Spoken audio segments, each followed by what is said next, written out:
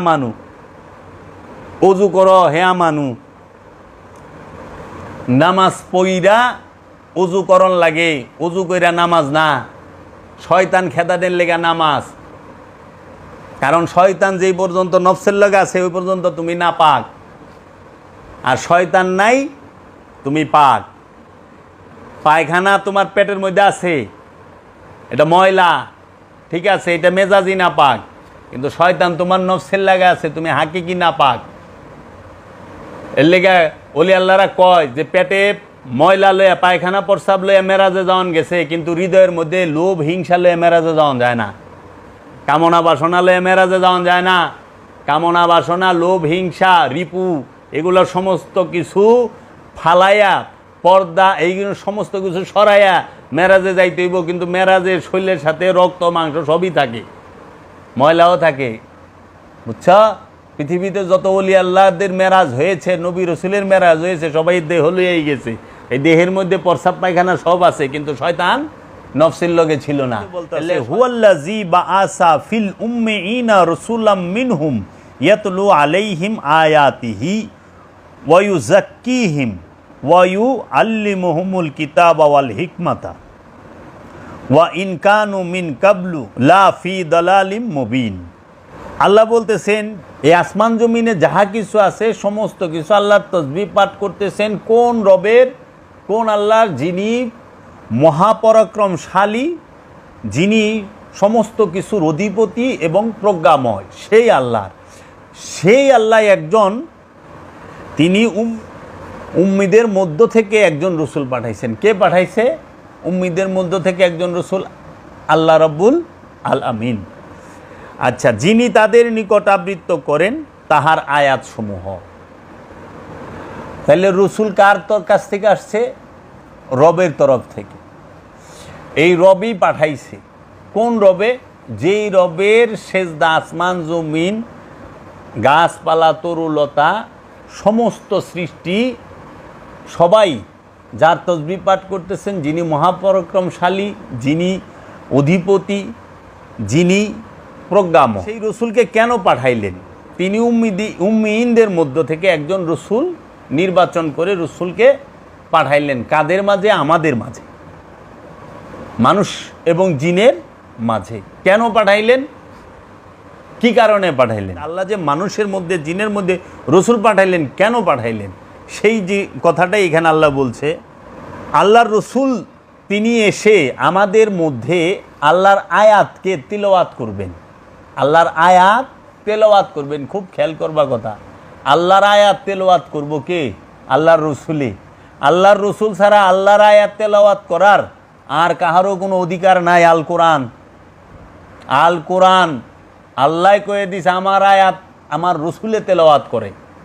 কাদের কাছে করে? এই মানুষ আর জিনের কাছে। এখন সেই আয়াত কাকে বলে? সেই আয়াত কি? সেই আয়াত কি? আরবির এই সহিফা নামক কোরআনের যে লাইন, আরবি লাইনকে আয়াত বলে। আল্লাহ আয়াত কাকে বলছে? আল্লাহ আয়াত বলছে ঈসা রুহুল্লাহকে, যে ঈসা রুহুল্লাহ হচ্ছে আমার আয়াত, জগৎ সময়ের জন্য আয়াত, নিদর্শন। আল্লাহ আয়াত বলছে মহানবীকে, আল্লাহ আয়াত বলছে মহানবীর বংশকে, আল্লাহ আয়াত বলছে মুসা কালিমুল্লাহকে। এরা হচ্ছে আল্লাহর আয়াত। এই আয়াতদের কথা আল্লাহ তিলাওয়াত করতে বলছে এই মানুষের মাঝে, আমানুদের মাঝে। দেহ এই সমস্ত নবীর কথা মহানবী কইছে না সবার কাছে? কেউ জানতো তাদের কথা? কেউ জানতো না, কারণ ঈসা নবীর আগমনের 570 বছর পরে মহানবী আসছে। বুঝতে হবে, এই আয়াত তিলাওয়াত করতে বলছে, এই আয়াত তিলাওয়াত করবে। তারপরে কি বলতাছে? ওয়ায়ুযাক্কিহিম, ওয়ায়ুযাক্কিহিম, প্রথমে আয়াত তিলাওয়াত করব, তারপরে ওয়ায়ুযাক্কিহিম, তোমাদেরকে পবিত্র করবে। আমাগো নফসকে, মানুষের নফসকে, জিন এবং ইনসানের নফসকে পবিত্র করবে কে? আল্লাহর রসুলে। আল্লাহর রসুল ছাড়া অন্য কেউ মানুষ এবং জিনের নফস পবিত্র করার ক্ষমতা রাখে না, আর অধিকারও নাই। আল্লাহ মানুষের নফসকে পবিত্র করার জন্য, নফসকে পবিত্র করার জন্য রসুল পাঠাইছে। নফস পবিত্র করার জন্য, দেহ পবিত্র না। দেহ পবিত্র লেগা পানি আছে, সাবান আছে, কইরা লইন, কাপড় আছে, মাটি আছে, ইগিনার দা কইরা লন গা। দেহ পরিষ্কার করানোর লেগে রসুল লাগে না? দেহ পরিষ্কার করানোর লেগে নাপিতের কাছে যাওয়ার লাগে, আর নফস পবিত্র করানোর লেগে রসুলের কাছে যাইতে হইব। মোল্লা দিয়া নফস পবিত্র হয় না, মোল্লা দিয়া নফস পবিত্র হয় না, পানি দিয়া নফস পবিত্র হয় না, পানি দিয়া দেহ পবিত্র হয়, পানি দিয়া কাপড় পবিত্র হয়, বাসন বেলা পবিত্র হয়। কিন্তু নফস পবিত্র করতে গেলে রসুল লাগবে, রসুল ছাড়া নফস পবিত্র হবে না। এই জন্য রসুল পাঠাইছেন নফসকে পবিত্র করবার লেগা। এখন রসুল নফস পবিত্র করার শিক্ষা দিবি। সেই নফসকে কেমনে পবিত্র করবা? সেই নফসকে পবিত্র করবা আল্লাহ রসুল বলে দিছে। তুমি কি করো? প্রথমে আমি যে আল্লাহ রসুল, এই রসুলের উপরে ঈমান আনো। ঈমান আনার পরে এই রসুল যেভাবে সালাত শিক্ষা দেয়, দায়েমি সালাত, সেই দায়েমি সালাত করো। দায়েমি সালাতের মধ্যে মাধ্যমে নফস পবিত্র হয়। রসুলের যে শিক্ষা দিছে কি, সিয়াম মানে রোজা, এই রোজা করো, সিয়াম পালন করো, নফস পবিত্র হবে। তুমি জাকাত দান করো, জাকাত দাও রসুলকে, রবকে জাকাত দাও, আমিত্বকে জাকাত দাও রসুলের কাছে, রবের কাছে, নিজের ইচ্ছাটাকে জাকাত দাও রসুলের কাছে, রবের কাছে, তখন যা তোমার নফস পবিত্র হইব। আবার কইছে তুমি কুরবানি করো, কুরবানির মাধ্যমে তোমার নফস পবিত্র হবে। আবার কইতেছে তুমি হজ করো, হজের মাধ্যমে নফস পবিত্র হবে। তো নফস পবিত্র করার মাধ্যম কে? নফস পবিত্র করব, নফস পবিত্রের শিক্ষা দিব রসুলে। আর এই রসুল কিসের মাধ্যমে নফসটা পবিত্র করা যাবে? সেটা হলো সালাতের, দায়েমি সালাতের মাধ্যমে, হজের মাধ্যমে, জাকাতের মাধ্যমে, কুরবানির মাধ্যমে এবং আমলে সালেহার মাধ্যমে। এই বিষয়গুলো যখন তুমি করতে পারবা তখন তোমার নফস পবিত্র হবে। এরপরে তোমাকে রসুল শিক্ষা দিবে কি? ওই আল্লিমুহুমুল কিতাবা, এবং রসুল আপনি কেতাব শিক্ষা দেন। রসুল কি করবে? তোমাদেরকে কেতাব শিক্ষা দেবে। ওয়াল হিকমত, এবং হিকমত শিক্ষা দান করবে। হিকমত মানে হলো প্রজ্ঞার জ্ঞান, হ্যাঁ, প্রজ্ঞা জ্ঞান, উইজডম, এইটা শিক্ষা দিবে। অথচ এর আগে তারা ঘোর বিভ্রান্তিতে পড়েছিল।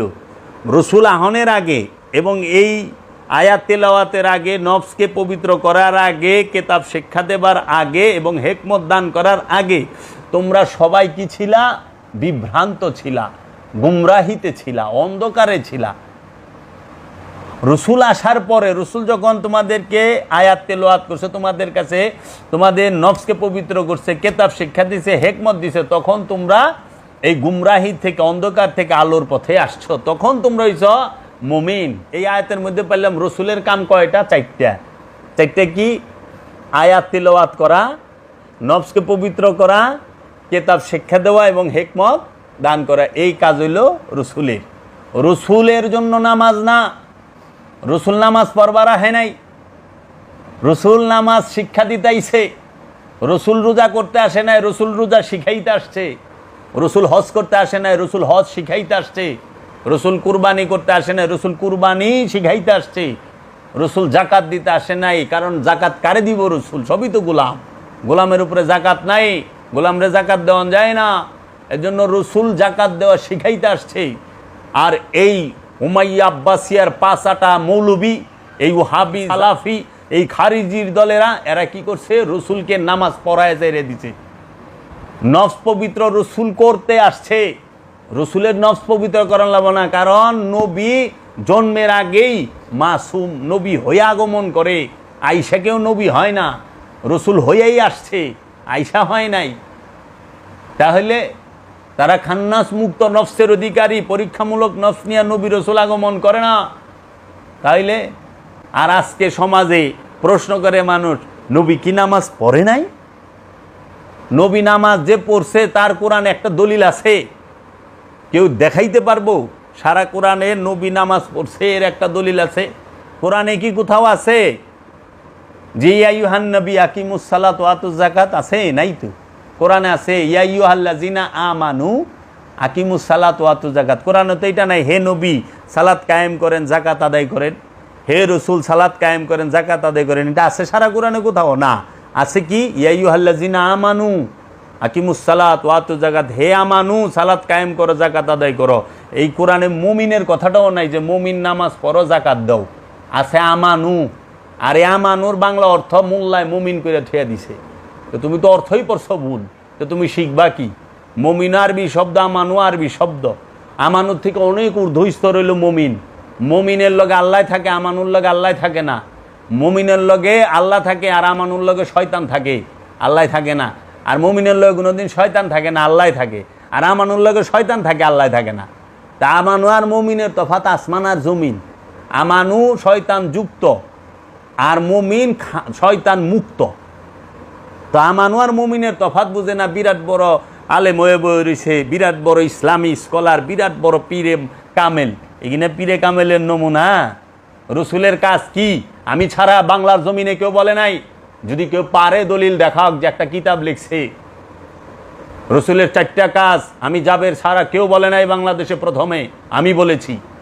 আমি হলপ করে বলতেছি যে রসুলের কাজ 4টি, বাংলা ভাষায় বাংলার জমিনে যে রসুলের কাজ 4টি। রসুল কি কি করবে? রসুল নামাজ পড়তে আসে না, রসুল নামাজ শিখাইতে আসছে। রসুল হচ্ছে গুরু, আমরা হচ্ছে ছাত্র। আমানু হইল ছাত্র, রসুল হইল গুরু। গুরুর জন্য শিক্ষা না, শিক্ষা হইল ছাত্রের জন্য। কারণ গুরু শেখার পরেই গুরু হয়, জানার পরেই গুরু হয়। গুরু শিখাবার আসে। উস্তাদ শিক্ষক, শিক্ষক কি পড়ার লেগা আহে না পড়াইবার লেগা আহে? শিক্ষক পড়াইবার লেগা আহে, পড়াইবার আইলে পড়ন লাগে। এটা বুঝতেইব যে শিক্ষক যখন আমাকে পড়াইতে আসবে তখন তারও পড়তে হবে আমার সাথে। আমাদের লেখা শিখাইতে হলে তারও লিখতে হবে। তাই বিলে এইটা বলার কোনো মানে নাই যে শিক্ষক শিখছে। তাহলে এই যে কোরআনের এই রহস্য ঢাইকা রাখছে কেন? এখন আমি যখন সালাতের কথা বলি আমারে প্রশ্ন করে, আচ্ছা আপনি সব বাদ দেন, আমার একটা কথার উত্তর দেন, বলেন তো রসুল কি নামাজ পড়ে নাই? রসুল কি নামাজ পড়ে নাই? হ্যাঁ আর না বলবেন। আমি বলছি সুজা না, রসুল নামাজ পড়ে নাই, রসুলের জন্য নামাজ না। কোথাও কোরআনে হুকুম নাই রসুলে না।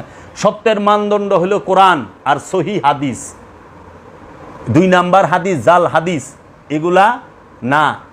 আনুষ্ঠানিক সালাত রসুল শিক্ষা দিতে পারে, দায়মি সালাত রসুল শিক্ষা দিয়েছেন, কিন্তু দায়মি সালাত আর আনুষ্ঠানিক সালাত রসুলের জন্য নয়। এটা হলো আমানুর জন্য। আমানুর জন্য। এই পশু কুরবানি রসুলের জন্য নয়, এই কুরবানি রসুলের জন্য না, এটা হলো আমানুর জন্য, নবীর জন্য না। অনেকে কয় যে রসুল কি পশু কুরবানি করে নাই। রসুল যদি পশু কুরবানি কইরাও থাকে সেটা আপনি লেগা, রসুলের লেগা না। রসুলের লেগা কুরবানির দরকার নাই তো, কারণ উনি তো আগেই রসুল, রসুল হয়েই আগমন করছে। এই যেখানে যে বললো হুয়াল্লাযী বাআসা ফিল উম্মিয়িনা রাসূলাম মিনহুম ইয়াতলু আলাইহিম আয়াতিহি, তিনি উম্মিনদের মধ্যে তাদের একজনকে রসুল হিসেবে পাঠিয়েছেন। রসুল হিসেবে পাঠিয়েছেন, বানিয়েছেন তো কয় নাই, পাঠিয়েছেন। এই যে প্রমাণ রসুল যে হয়ে আইছে, 40 বছরে নবুয়ত পায় নাই। মহানবী বাবা আদমের যখন মাটি ও পানিতে ভাসমান তখনও তিনি নবী। তিনি সমস্ত নবীদের আগে নবী। সেই নবীকে এই ওহাবি সালাফি খারিজিরা কয় 40 বছরে নবুয়ত পাইছে।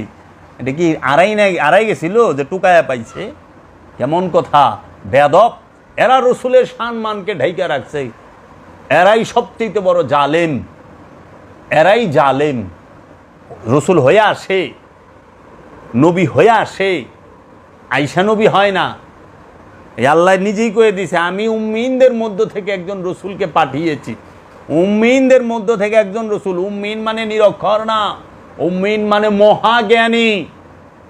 উম্মিনের এক অর্থ, ওরা নিরক্ষর করে। এইটা হলো এক উম্মিনের 19 রকম অর্থ হয়।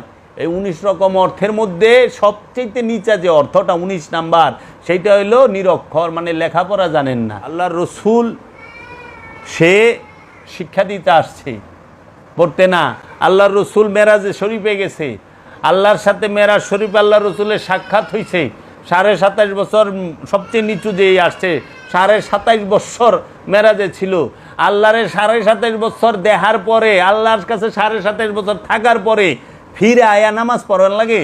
ফিরে আয়া নামাজ পড়ে, নামাজই তো পরে আল্লাহরে দেহনের লেগা, নামাজই তো পরে নিজের চিননের লেগা, নামাজ পড়লে নফসরে পবিত্রকরণের লেগা, নামাজ পড়ে জান্নাতকে পাওয়ানোর লেগা। মোল্লারা নামাজ জান্নাতের লেগে পড়ে না?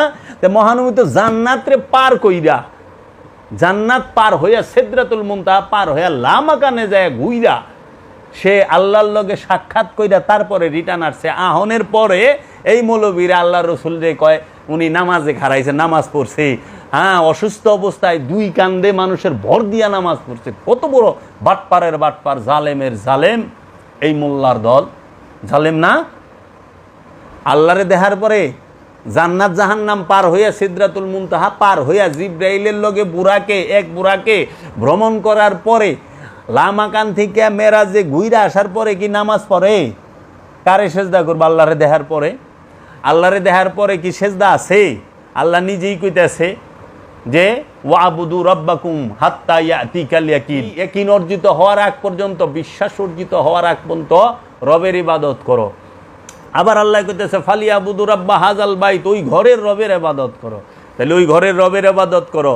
আবার কইতেছে বিশ্বাস অর্জিত হওয়ার আগ পর্যন্ত ইবাদত করো। আবার আল্লাহ কইতেছে যে এই কোরআনই হচ্ছে হাক্কুল ইয়াকিন। এই কোরআন, যেই কোরআন মহানবীর উপরে নাজিল হয়েছে, যার উপরে কোরআন নাজিল হয়েছে, সে যায় 5 ওয়াক্ত নামাজ পড়লো।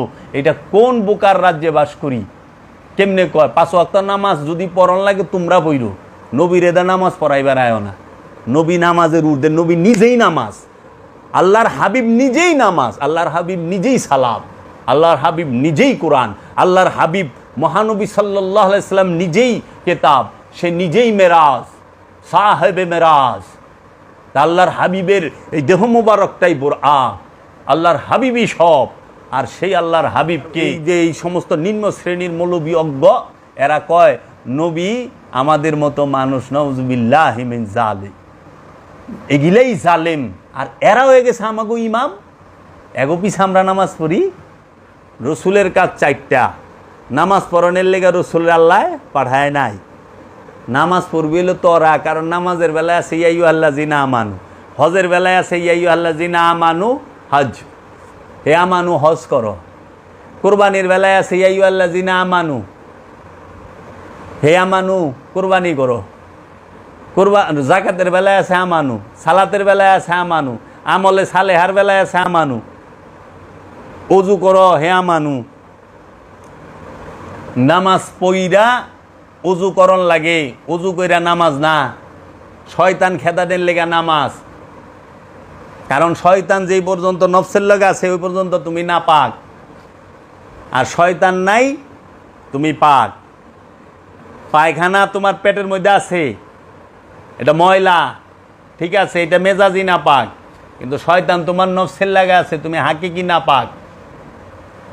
এর লেগে ওলি আল্লাহরা কয় যে পেটে ময়লা লইয়া, পায়খানা প্রস্রাব লইয়া মেরাজে যাওয়ান গেছে, কিন্তু হৃদয়ের মধ্যে লোভ হিংসা লইয়া মেরাজে যাওয়ান যায় না। কামনা বাসনা লইয়া মেরাজে যাওয়ান যায় না। কামনা বাসনা, লোভ হিংসা, রিপু, এগুলো সমস্ত কিছু ফালাইয়া, পর্দা, এইগুলো সমস্ত কিছু সরাইয়া মেরাজে যাইতে হইব। কিন্তু মেরাজের শরীরের সাথে রক্ত মাংস সবই থাকে, ময়লাও থাকে, বুঝছ? পৃথিবীতে যত ওলি আল্লাহদের মেরাজ হয়েছে, নবী রসুলের মেরাজ হয়েছে, সবাই দেহ লইয়াই গেছে। এই দেহের মধ্যে প্রস্রাব পায়খানা সব আছে, কিন্তু শয়তান নফসের লগে ছিল না। এলে শয়তান নফসের লগে থাকলে মেরাজ হয় না। আর মৌলবীরা তো দেহ পবিত্র কইরাই খোস, পানি দিয়া হয়ে গেছে পবিত্র। খোস, সাদা পাঞ্জাবি, সাদা টুপি, সাদা পাগড়ি, আমরা পিন্দা খোস, পবিত্র হয়ে গেছি। পবিত্র হয়ে গেছ? এত সস্তা? আল্লাহ পবিত্র করবার গেছে নফস। আল্লাহ তো তোরে দেহ পরিষ্কার করবার কথা পরে। পবিত্র হইল না, একমাত্র পৃথিবীতে নাপাক চিজ হইল খান্নাস, কামনা, শয়তান। শয়তান হইল নাপাক। আর যা আছে সবই আল্লাহর সৃষ্টির উপকারের মধ্যে লাগে। শয়তান আল্লাহর সৃষ্টির উপকারে লাগে না। শয়তান হইল তুই যা বানাবি সেই উপকারে লাগবো। তুই যদি কিছু সৃষ্টি করস হে এনে থাকে। আল্লাহর সৃষ্টির উপকারে শয়তান লাগে না। শয়তান আল্লাহর সৃষ্টির উপকার করে না, অপকার করে। এর জন্য নামাজ পইরা পবিত্র হওয়ার চেষ্টা করো। সালাত কইরা নফসকে পবিত্র করার চেষ্টা করো। নামাজ পইরা পবিত্র হও। পবিত্র হইয়া নামাজ পড়বার যাও, এটা হলো মেজাজি, আনুষ্ঠানিকতা। এর লেগে পরিষ্কার হইয়া নামাজে যাওয়ান লাগে, আর নামাজ পইরা পবিত্র হওয়ান লাগে। এলে পরিষ্কার হইয়া সালাতে খারাপই, ভালো সুগন্ধি লাগাইয়া, ভালো কাপড় চোপড়, পরিষ্কার কাপড় চোপড় পইরা সালাতে যাইও। আর সালাত কইরা পবিত্র হইও। তুমি এটা মনে করে না যে আমি পবিত্র হয়ে আইছি, পবিত্র অনের পরে নামাজ নাই, শয়তান রেখা দিলে তুই কারে সেজদা করবি? তুই তো নিজেই আল্লাহর নূরে ডুইবা রইছস। আবার দেখ, যত নবী আছে 25 জন নবী, একজন নবী ওয়াক্তি নামাজ পড়ে নাই, খালি মহানবীরে দে ওয়াক্তি নামাজ পড়াইছে মোল্লারা। কহ বাবা, আদম নবী কয় ওয়াক্ত নামাজ পড়ছে? মুসা নবী কয় উক্ত পড়ছে? আরে মহানবীর আগে যে আসছে ঈসা নবী, হ্যাঁ কয় উক্ত পড়ছে? হ্যাঁ কয় উক্ত তার উম্মতরে পড়াইছে? কহ। অথচ কোরআন তো কইতেছে প্রত্যেক নবীর উম্মতের উপরে সালাত এবং যাকাত ফরজ করা হয়েছে, তোমার পূর্ববর্তীদের উপরে। কিরে, তাহলে হেরা দিয়ে কেউ 5 ওয়াক্ত বললো না, আপনারা 5 ওয়াক্ত লইলেন, তা আবার নবীরে দা পড়াইলেন। অন্য কোন ধর্মের কোন নবী সাথে, সব নবীর সাথে আল্লাহ সরাসরি কথা কইছে, প্রতিটা নবীর সাথে আল্লাহ সরাসরি কথা কইছে, মুসার সাথে আল্লাহ সরাসরি কথা কইছে, সবার সাথে আল্লাহ সরাসরি। খালি মহানবীর লাগে জিবরাইল ছাড়া আল্লাহ কথাই কয়ে পারে নাই। চক্রান্ত না? উমাইয়া আব্বাসিয়া গো, চক্রান্ত না? আচ্ছা, সব নবীর মাল লগে আল্লাহ সরাসরি কথা কইছে, মুসা নবীর মাল লগে সরাসরি কথা কইছে, ঈসা নবীর মাল লগে আল্লাহ সরাসরি কথা কইছে, এই কোরআনই দলিল। অথচ মহানবীর মাল লগে আল্লাহ কথাই কইল না। বুঝলাম না ব্যাপার কিরে, কারণ কি? আল্লাহ মুসা নবী মহানবীর মাল লগে কথা কইল না, মহানবীর লগে সরাসরি কথা কইল না, খালি জিবরাইলে পাঠায়। ভিতরে এগিয়ে জমে গেছে গা, অহনে হাসা কথা কইলে কয় মিছা কথা। এলে একজন দার্শনিক বলছেন যে মিথ্যাকে তুমি যত রটাইবা ওইটা সত্য হইয়া খাড়াইয়া যাবে, সত্যের মতো শুনাইব, সত্য হইব না। এলে যত প্রচার করবা ওইটাই সত্য হইব। মানে এত মানুষ মিলে প্রচার করছে ওরা যে মিথ্যাটারাই সত্য মানে খাড়া করাই দিছে, অনেক সত্য কইলে কয় বানায় আনছে। রসুল আয়াত তেলাওয়াত করবে, রসুল কেতাব নফসের পবিত্র করবে, রসুল কেতাব শিক্ষা দিবে, রসুল হিকমত শিক্ষা দিবে। এই 4 কর্ম হচ্ছে রসুলের। আর তোরা কি করবি? আমানুর কর্ম কি? আমানু সালাত কায়েম করবে, যাকাত আদায় করবে, হজ পালন করবে, কুরবানি করবে এবং আমলে সালেহা করবে এবং সদকা দিবে এবং রসুলের উপরে ঈমান আনবে। এটি হলো আমানুর কাম। এটি ঈমান আনা রসুলের কাম না, রসুল নিজেই ঈমান। মুহাম্মদ সাল্লাল্লাহু আলাইহি ওয়াসাল্লাম নিজেই ঈমান। মুহাম্মদ সাল্লাল্লাহু আলাইহি ইসলামের নামের উপরে কালেমা পড়লে ইমানদার হয়। যে নিজেই ঈমান, ঈমানের আবার নামাজ কি? ঈমান কোনোদিন নামাজ পড়ে? আরে নামাজ পড়ে সে ঈমান আনে, ইমানদারের লেগা নামাজ। আর যিনি নিজেই ঈমান, হ্যাঁ রে নামাজ পড়ে সাইরে দিছ, 2 কান্দে বর্দে মুলবি কানে আর দোয়াজ করে, আরে বাবারি কি অসুস্থ, ইন্তেকালের আগেও 2 জনের কান্দে বর্দে নামাজ পড়ছে, নামাজ চাইরু না। তোর মতো নিমুল্লা, তোর মতো 12 বাড়ির ভাত খাইয়া মাথার নাট টিস্যু সব নষ্ট হয়ে গেছে, পেঁয়াজ কাইটে গেছে গায়ে, একদিন তিলের তেল, একদিন সরষের তেল, একদিন সবিন, একদিন পাম অয়েল, একদিন গরুর চিকনা, একদিন ডালডা, খাইতে খাইতে সব শেষ, কিচ্ছু নাই, মাথায় ধরে না তো। আর তোরা কস ঠিক কি না? কয় ঠিক, কন্যা সুবহানাল্লাহ, কয় সুবহানাল্লাহ। বুঝলো না, বুঝলো না? মুর্শিদ রহনুমা কাবা অর্থ, কিবলা অর্থ এবং রহনুমা অর্থ আমাদেরকে বুঝতে হবে, আমাদেরকে জানতে হবে। রহনুমা মানে পথ প্রদর্শক, মুর্শিদ। কিবলা লক্ষ্য, কাবা উদ্দেশ্য।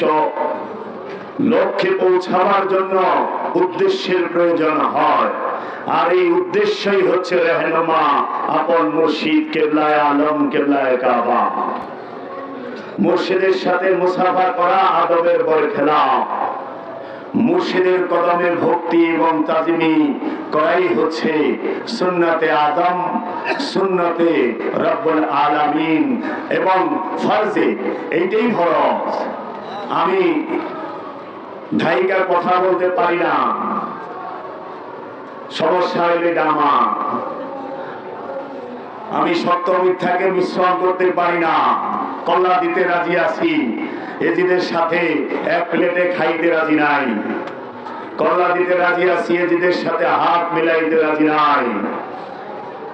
কারণ কাবা সেটা জিন্দা, কাবার রব আছে, আমি বলি নাই, কোরআনে বলছে ফালিয়াবুদু রাব্বা হাযাল বাইত, সুতরাং লিয়াবুদু, দাসত্ব করো তার জন্য, রাব্বা হাযাল বাইত, ওই ঘরের যে রব তার দাসত্ব করো। কার দাসত্ব করতে হবে? কাবার যে রব তার। তাহলে রবকে, রব কাকে বলে? যিনি স্রষ্টা, যিনি সৃষ্টি করেন, যিনি লালন পালন করেন, রিজিক দেন, এবং যিনি মৃত্যু দেন, হরণ করেন। তাই সৃজন, লালন পালন, হরণ যিনি করেন তিনিই রব। আর এই রব যে স্থানে থাকেন সর্ব অবস্থায় জাতি সিফাতি রূপে, সেটাই হলো কাবা। আর সেই কাবা কখনোই ইট বালি পাথরের সুরকির রড সিমেন্টের নয়। সেই কাবা অবশ্যই অবশ্যই নূরের কাবা। সেই কাবা অবশ্যই ওলিয়ে কামেল, মুর্শিদে মুকাম্মেল, মুজাদ্দিদে জামান, যিনি রাহনুমা, যিনি সাকি, তিনি হচ্ছেন আমার কাবা। আমার কেবলাও কাবা কথা বলে, আমার কেবলাও কাবা আমার ভুল হইলে ধরিয়ে দেয়, শুধরিয়ে দেয়। তাই কাবাও দুই প্রকার, একটি মেজাজি কাবা, একটি হাকিকি কাবা। মেজাজি কাবা সারা পৃথিবীর বুকে একটি রাষ্ট্রে, একটি শহরের, একটি স্থানে অবস্থান করে। সেই দেশের নাম সৌদি আরব, সেই শহরের নাম মক্কা, এবং সেই স্থানের নাম হেরেম শরীফ। এই মেজাজি কাবা কে কেন্দ্র করে পৃথিবীর মানুষ সালাত আদায় করে, ওয়াক্তি, আনুষ্ঠানিক।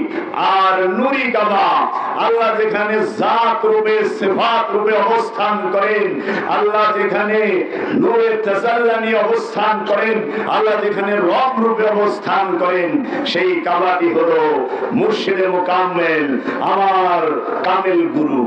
প্রত্যেকের কামেল গুরুই হচ্ছে হাকিকি কাবা। আর এই কাবা প্রত্যেক দেশে, প্রত্যেক ভাষায়, প্রত্যেক জাতির মধ্যেই আছে। আল্লাহ নিজেই বলেছেন সূরা ইব্রাহিমের 4 নম্বর আয়াতে, আমি এমন কোন জাতি নাই, এমন কোন ভাষা নাই, সেই জাতির নিজস্ব ভাষায় আমি আমার রাসূল প্রেরণ না করেছি। প্রত্যেক জাতিতে, প্রত্যেক ভাষায় আল্লাহর নিদর্শন সমূহ বর্ণনা করার জন্য আমাদের কাছে রবের তরফ হতে একজন রাসূল এসেছেন, একজন মুর্শিদে মুকাম্মেল এসেছেন, একজন কামেল আল্লাহর ওলি এসেছেন। তাই আমরা রহমত রূপে, রবের নিয়ামত রূপে এই শিরেশ্বরের মাটিতে, এই শিরেশ্বরের নামের স্থানে আমরা দয়াল জান ও মাওলা কেবলা ও কাবাকে পেয়েছি। যে কেবলা ও কাবাকে কেন্দ্র করে দায়মি সালাত করলে আত্মপরিচয় লাভ হয়। আত্মপরিচয় লাভ করা যায় দায়মি সালাতের মাধ্যমে। আত্মপরিচয় লাভ করা যায় দায়মি সালাতের মাধ্যমে। নিজের স্বভাবের পরিবর্তন হয় দায়মি সালাতের মাধ্যমে।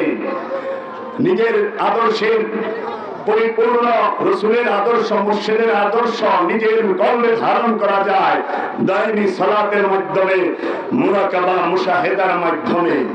অনুষ্ঠান দিয়ে সত্য দেখা যায় না, অনুষ্ঠান দিয়ে সত্য বোঝা যায় না, সত্যকে পরিচয় করায় দেয় অনুষ্ঠান। তাই আমরা দেখি একটি মেজাজি শয়তান আছে। শয়তানও দুই প্রকার। কয় প্রকার? দুই প্রকার। একটি শয়তান মেজাজি, আর একটি শয়তান হাকিকি। মেজাজি শয়তান পৃথিবীর একটা দেশে, একটা নগরীতে, একটা স্থানে অবস্থান করে। মেজাজি শয়তানটা কোথায় থাকে? সৌদি আরবের মক্কা নগরীর মিনা নামক স্থানে ইট বালি পাথর সিমেন্ট দিয়া মাটি মুটি বুলায়া এইটাকে ঢালাই দিয়া বড় শয়তান বানায় রাখছে, মেজু শয়তান বানায় রাখছে, ছোট শয়তান বানায় রাখছে। সারা পৃথিবীর সমস্ত মুসলমান রাষ্ট্রের হাজী সাহেবরা যায়া সেই পাথরের শয়তান রে 70টা করে কঙ্কর নিক্ষেপ করে, 7টা করে কঙ্কর নিক্ষেপ করে। অনেকে জুসের ঠেলায় পায়ের জুতাও ভেঙে মারে। এটা হলো মেজাজি শয়তান, খাড়ায় খাড়ায় পাথর খাইতে আছে। এখন অনেকে বলে সেই মেজাজি শয়তানের মেজাজি পাথর বলে ফেরেশতারা টুকাই হয়ে যায়। আমি দেখি সেই ফেরেশতা বাংলাদেশের বড়দিয়ায় কাম করে। আমি সৌদি আরবে ছিলাম, দেখছি বলদিয়ায় যারা কাজ করে তারা গাড়ি দিয়ে আইনে ওই পাথর ওগুলা বা টুকাই নিয়ে ছিটাই দেয়। এই ফেরেশতা বাংলাদেশে। তো যাই হোক, আর হাকিকি শয়তান থাকে প্রতিটা জিন এবং ইনসানে, প্রতিটা মানুষের অন্তরে, কলবের মধ্যে শয়তান অবস্থান করে। সেই শয়তানটি অবস্থান জাতি ধর্ম বর্ণ নির্বিশেষে যত প্রকার মানুষ আছে, সে হোক হিন্দু, হোক বৌদ্ধ, হোক খ্রিস্টান, হোক ইহুদি, হোক নাসারা, হোক আস্তিক, হোক নাস্তিক, চাই হোক মুসলমান, সে যতকাল পর্যন্ত মানুষের কাতারে আমানুর কাতারে অবস্থান করবে, ততকাল পর্যন্ত তার কলবের মধ্যে, তার সিনার মধ্যে, তার নফসের মধ্যে খান্নাস রূপী শয়তান জড়ো হয়ে বসে থাকবে। এই শয়তান 5টি রূপ নিয়ে প্রত্যেকটা মানুষের কলবের মধ্যে অবস্থান করে। এই পৃথিবীর মধ্যে এই তৌহিদ রাজ্যে শয়তানের অবস্থানের কোন সুযোগ, কোন অধিকার আল্লাহ দেয় নাই। কারণ সমস্ত তৌহিদ রাজ্য আল্লাহ রব্বুল আলামিনের এই সিজদায় রত। আল্লাহ নিজেই বলছে, ইউসাব্বিহু লিল্লাহি মা ফিস সামাওয়াতি ওয়া মা ফিল আরদ, আসমান জমিনে যাহা কিছু আছে সমস্ত কিছু তারা আল্লাহ তাসবিহ পাঠ করে এবং তারা আল্লাহর সিজদায় রত। ওয়ান নাজমু ওয়াশ শাজারু ইয়াসজুদান, এই গাছগুলো, ওই গ্রহ নক্ষত্রগুলো আল্লাহর সিজদায় রত। শুধু আল্লাহর সিজদায় রত না, এই জিন আর ইনসান। তাই আল্লাহ বলছে, আমা খালাকতুল জিন্নি ওয়াল ইনসি ইল্লা লিয়াবুদুনি, আমি কি জিন এবং ইনসানকে আমার দাসত্বের জন্য তৈরি করি নাই? এইটা প্রশ্নবোধক আল্লাহ প্রশ্ন করছে। কারণ মানুষের কলবে শয়তান থাকে, আর সেই শয়তান যে থাকে তার দলিল আল্লাহ সূরা নাসের মধ্যে বলে দিয়েছে, মিন শাররিল ওয়াসওয়াসিল খান্নাস আল্লাযী ইউওয়াসওয়িসু ফি সুদুরিন নাস। আল্লাহ বলতেছে, তোমরা শয়তানের খান্নাস রূপী ধোঁকা হতে মুক্তি নাও, তোমরা খান্নাস রূপী শয়তানের ধোঁকা হতে মুক্তি নাও। কোথায় সে ধোঁকা দিচ্ছে? জিন এবং ইনসানের সুদূরের মধ্যে, মাকামের সুদূরের মধ্যে, এই সিনার মধ্যে, কলবের মধ্যে ওয়াসওয়াসা দেয়। আল্লাহ কয় শয়তান থাকে ইনসানের কলবে, আর মৌলবী সাহেব কইতাছে শয়তান থাকে গাব গাছে, ইজল গাছে, বট গাছে, তাল গাছে, পায়খানার মধ্যে, খালি বিস্তার মধ্যে, এর বলে শয়তান থাকে। আবার বিখ্যাত এক আলেম তার কিতাবে লিখছে, মহিষকে জিনে ধরছে, মহিষকে শয়তানে ধরছে। মহিষের শয়তানে ধরলে ওনার বাড়ি মহিষে দখল করবো যায়া। কারণ এই পশু পাখির মধ্যে আল্লাহ শয়তান দেয় নাই দেখা পশু পেট বইরা খাইতে জানে, গাঠি বইরা নিতে জানে না।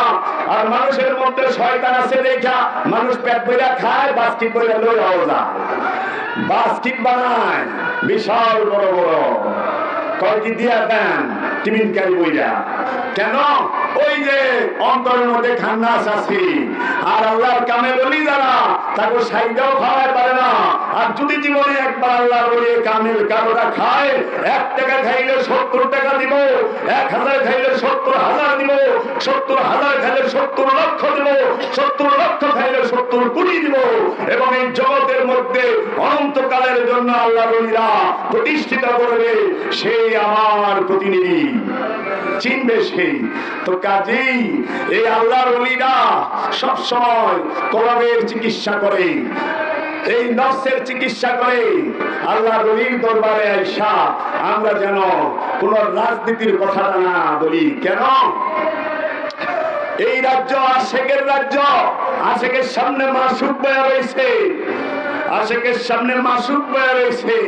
এইখানে বলবো, আমি এইখানে দেখবো কি, আমি এইখানে দেখবো তেরি শক্ল মে হুঁ মেরে জান তু হ্যায়, তেরি শক্ল মে হুঁ মেরে জান তু হ্যায়, না मैं ना तू, ना मैं ना तू, फकत ये कि हूँ है। तुम्हार চেহারায় আমি, तेरी शक्ल में हूँ, तुम्हार চেহারায় আমি, मेरे जान तू है, তুমি মুর্শিদ আমার জান, আমার জান দেখা আমি তোমার চেহারা হয়েছি। মুর্শিদ আমার নিরিখে তোমার চেহারা মুবারক, আমি আমার এই চোখের কালো পুটুলির মধ্যে তোমাকে দেখে ফেলেছি। তুমি যেই দিকেই থাকো, তুমি যেইখানেই থাকো, আর আমি যেখানে থাকি, আমি মুর্শিদ তোমাকে ছাড়া কিছু দেখি না। কেন দেখি না? কারণ মানুষের সমস্ত কিছু তার কালো পুটুলির মধ্যে থাকে।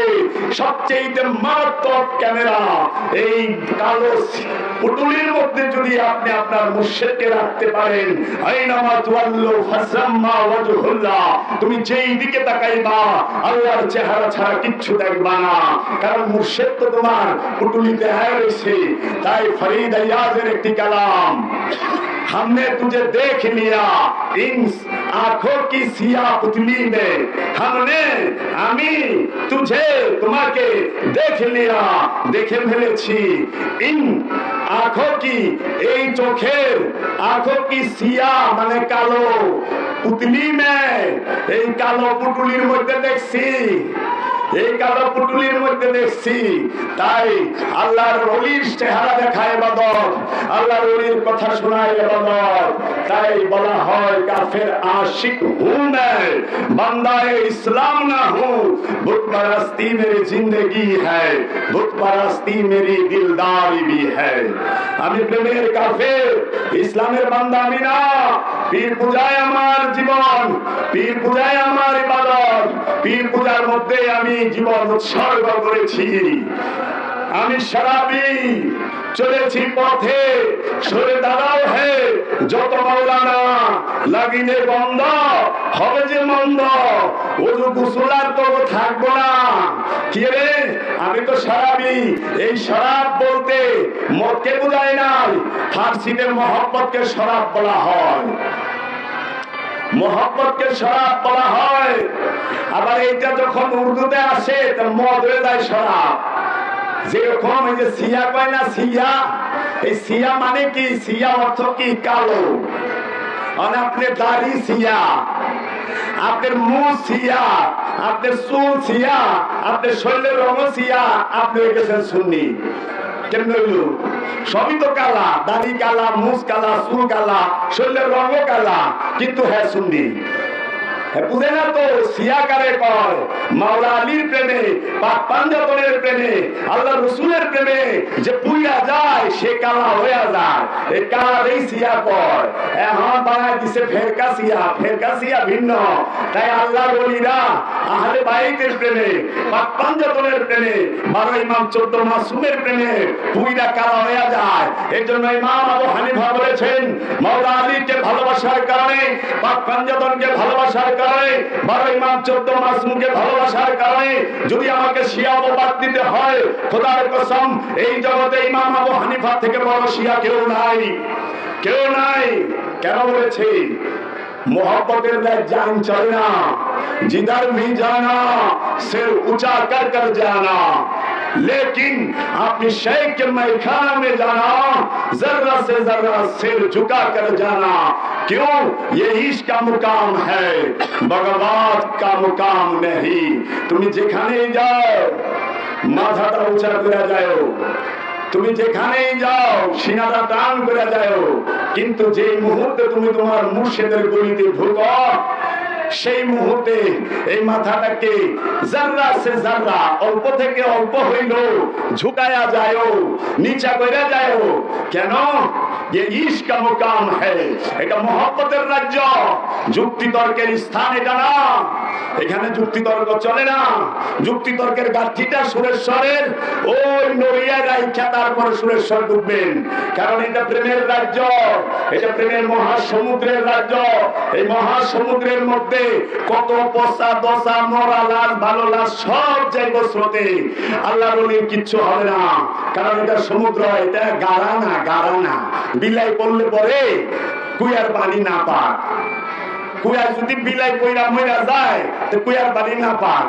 এই বিলাই মরা উঠাইয়া 70 বালতি পানি ভাড়া লাগবো, তারপরে এই পানি দিয়ে গোসল করা যাইব, কাপড় করা যাইব, রান্ধন বাড়ানো করা যাইব। অনেক কুয়া কয় সাগরে রে, তুমি কি জানো কুয়া কারে কয়? একবার এক কুয়া বৃষ্টি হয়েছে, কুয়ার পানি উপরে উঠছে, তো কুয়ার ব্যাং কুয়ার থেকে ফালদা টানে গেছে, আর সাগর থেকেও এক ব্যাং হাইটাই ফেলেছে। তাহলে সাগরের ব্যাগের কুয়ার ব্যাং জিগায় তুই কে? আমি তো কুয়ার ব্যাং। আর সাগরের ব্যাগরটা আজকে খায় গেছে যে কুয়া আবার কি জিনিস, এটা না জানি কি কত বড়। আমি তুই কে? আমি সাগরের ব্যাং। তাই নাকি? তুই জানোস আমার পাওয়ার কি? সাগরের ব্যাঙে কুয়ার ব্যাঙের সম্পর্কে ধারণা আছে, কিন্তু কুয়ার ব্যাঙের ধারণা সাগরের ব্যাঙের কাছে নাই। যারা সুফিবাদের তরিকতের জগতে চলে, যারা সুফির অনুসারী, তারা মুখ বন্ধ রাখে, বলে না, কিন্তু ভাবার এই কারণ নাই, তারা কিছু জানে না, তারা সব জানে। কিন্তু তার মুর্শিদ তার মুখে তালা মাইরা দিছে, তার মুর্শিদ তার কানকে বয়রা করে দিছে থাপড় দিয়া। ওই যে সূরা কাহাফে বলছে, হে আমার রব, আমাদের কানে এমন জোরে আঘাত করুন যেন আমরা কিছু না শুনি। তাহলে আমাদের ফরিয়াদ কি হবে? ও আমার দয়াল মুর্শিদ, আমার কানের মধ্যে এমন ভাবে আঘাত করেন যেন শয়তানের কথা আমার কানে প্রবেশ না করে, যেন বাতিলের কথা, বাতিলের ডাক আমার কানে প্রবেশ না করে। হে আমার মুর্শিদ, আমার চোখকে অন্ধ করে দেন। এই অন্ধ মানে চোখের পুটুলি সেট করে দেওয়া না, আমি জানি দুনিয়া না দেখি, শুধু আপনারা দেখি। আমি মুর্শিদরে দেখবার চাই, আমি আমার হৃদয়ে মুর্শিদ চাই। আমি সুরেশ্বরে ঘুইরা আমার দিল ঠান্ডা হয় না, সুরেশ্বরে ঘুইরা আমার দিল ঠান্ডা হয় না, বেচানি যায় না যে পর্যন্ত আমি বাবা সুরেশ্বরীকে না দেখুন। আমার দুঃখ থাকবে এইটা যে আমি সুরেশ্বরে আয়া বাবা সুরেশ্বরীর দিদার এখনো পাই নাই। তার মনে আমার মধ্যে ভেজাল আছে, আমার মধ্যে ভেজাল আছে। ওগো দয়াল মুর্শিদ, আমাকে শিখায় দাও সেই ভেজাল দূর করুন কেমনে, আমি কিভাবে পবিত্র হব। এখন পদ্মায় গোসল করেও তো মানুষ পবিত্র হয়ে ভাবতেছে না। এক বদনা পানি দিয়ে ধুইয়া কি পবিত্র হইবেন? আমরা পদ্মায় গোসল করে পবিত্র হন যায়, গোসল করে কোনোদিন পবিত্র হয় না, হাত মুখ দিয়া পবিত্র হয় না, পরিষ্কার হয়, পরিষ্কার হয়। কি মন অজু করলে একটু গ্যাস ছাড়ছে, অজুই শেষ, ডেঞ্জারাস অজু। একটু গ্যাস আছে হালকা, অজু শেষ, মারাত্মক অজু হচ্ছে না। আর আমি মইরা গেল আমার অজু ভাঙবো না। আমি এমন অজু করছি আমার মুর্শিদের রহমতের দৃষ্টির দ্বারা যে আমি মরলে অজু ভাঙবো না। আর আপনি কেমন অজু করছেন যে গ্যাস ছাড়ছেন, আর একটু রক্ত বাইরেছে, অজু গেছে গা। গ্যাসের ফ্যাক্টরি তো পেটে, তো পেটের মধ্যে গ্যাসের ফ্যাক্টরি লইয়া ময়লার গোডাউন লইয়া ওযু করেন কেমনে? ওযু হয় কেমনে? পরিষ্কার হওয়া যা, পরিষ্কার আর পবিত্র এক না। পানি দিয়া গোসল করলে মানুষ পরিষ্কার হয়, আর মুর্শিদের মুরাকাবা দিয়া, মুর্শিদের মেডিটেশন দিয়া, মুর্শিদের ধ্যান দিয়া, কামেল পীরের তাওয়াজ্জু দিয়া মানুষের কলব পবিত্র হয়। এর জন্য পবিত্র কাপড় রে করে না, কারণ কাপড়ের মধ্যে শয়তান থাকে না, কাপড়ের মধ্যে ময়লা থাকে, এর লেগে কাপড় পরিষ্কার করবেন। দেহরে পবিত্র পরিষ্কার করে, কারণ দেহের মধ্যে ময়লা থাকে, শয়তান থাকে না। এর লেগে দেহটাও পরিষ্কার করেন, পরিষ্কার রাখেন, কাপড়টারও পরিষ্কার করেন, পরিষ্কার রাখেন। তাহলে ওযু করবেন কিসের? ওযু করবেন কলবের, কারণ কলবের মধ্যে শয়তান থাকে, আর যে জায়গায় শয়তান থাকে ওই জায়গায় না পাক, ওইটাই অপবিত্র। এর জন্য কলবকে পবিত্র করেন। অনেক কলব পবিত্র থুইয়া খালি চোখে পানি ডালবা লইছে, চোখে পানি ডালবা লইছে। এই চোখ এত দয়, তারপরে চোখ পরিষ্কার হয় না, নজর পরিষ্কার হয় না। বোরকার উপর দিয়া যায় 6 বছরের শিশুরে দর্শন করে, পাঞ্জাবির উপর দিয়া যায় বলৎকার করে, আর কয় খালি মাজারে গেলে শিরক বেদাত। ভাইয়া ভালা কেউ মৌলানা সাহেব, চোখ দিনে কতবার দন, নজর পরিষ্কার হয় না কেন? কারণ নজর দোয়ান যায় না, চোখ তো দোয়ান যায়, চোখে ময়লা থাকে, আর খারাপি থাকে, কামনা যৌনতা থাকে দৃষ্টিতে, নজরে। এজন্য আল্লাহ বলছে কুরআনুল মাজিদে, যারা মুসল্লি তারা তাদের লজ্জা স্থানকে হেফাজত রাখে। মুসল্লি কি করে? লজ্জা স্থানকে হেফাজত রাখে। লজ্জা স্থান কি? আমাদের যৌন অঙ্গ, আর যৌন অঙ্গ লজ্জা স্থান না। লজ্জা স্থান তোমার দৃষ্টি আর তোমার মস্তিষ্ক। এই দৃষ্টির মধ্যে কাম থাকে, দৃষ্টির মধ্যে যৌনতা থাকে, লিঙ্গের মধ্যে যৌনতা না। তাহলে বুড়া মানুষও কিন্তু খাওয়ার না ছেড়ে দিত। হ্যাঁ, এর জন্য বুড়া মানুষের দৃষ্টিতে শয়তানি থাকে, শরীরে জোর থাকে না। ঠিক আছে? তো কাজে শিশু হইতে হবে পবিত্র হইতে গেলে। তাই ঈসা নবী বলছে, তুমি রবের দিদার চাও, শিশু হইয়া যাও। হ্যাঁ হ্যাঁ, ওযু তো আমরা করি, আমরা খালি চোখে পানি দেই, মুখে পানি দেই, নাক পরিষ্কার করছি, কিন্তু গ্রাম পরিষ্কার পবিত্র করতে পারি নাই, গন্ধকে পবিত্র করতে পারি নাই। কানে পানি দিয়ে কেড়ে খোসায় খাসায়া পরিষ্কার করছি, কিন্তু কানের ময়লা পরিষ্কার হয়েছে, কিন্তু কানের শ্রবণ শক্তি পরিষ্কার হয় নাই। খালি শয়তানের কথা শুনি, খালি শয়তানের ডাক শুনি। এই জন্য কানের মধ্যে পানি দিয়া খোসায় খাসায় পরিষ্কার করে, কিন্তু শ্রবণ শক্তি পরিষ্কার করতে পারে না। এত বড় আদাত একটা মেছক মুখের ভিতরে ঢুকায়া দেয়, হাওড়া গাছের বেকা ডাই না কি গাছের আল্লাহ জানে। এই যে জিবলা ডলতে থাকে, দাঁত ডলতে থাকে, মুখ তো ময়লা পরিষ্কার হয়েছে, কিন্তু জবান পরিষ্কার হইল না। পরিষ্কার মুখ দিয়ে আল্লাহরে ডাকলে আল্লাহ শক্তিকে পবিত্র করবেন, গ্রাম শক্তিকে পবিত্র করবেন। আপনার হাত সেটা শক্তির প্রতীক। এই হাতের শক্তি যেন কখনোই কোন অন্যায় জুলুম অত্যাচারের মধ্যে ব্যবহার না হয়। এর জন্য হাতকে বলা হয় শক্তির প্রতীক, পাকে বলা হয় গতিবিধির প্রতীক, চেহারাকে বলা হয় পূর্ণতার প্রতীক। তাই আপনি গতিবিধি পবিত্র করবেন, হাতের শক্তি পবিত্র করবেন, আর এই ইন্দ্রিয় অনুভূতিকে পবিত্র করবেন। পানি দিয়া পবিত্র হওয়া যায় না, শুনে নাও, পবিত্র জবান দিয়ে আল্লাহরে ডাকলে আল্লাহ শুনে।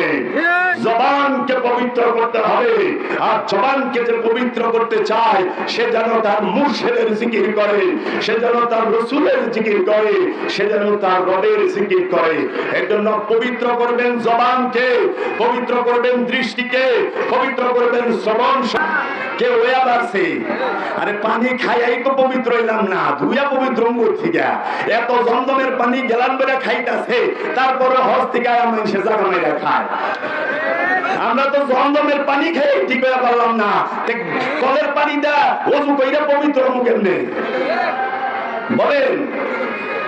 তাই এই কাগজের বিদ্যা দিয়া আর মাথার জ্ঞান দিয়া, মাথার যুক্তি তর্ক দিয়া ওলির সামনে না।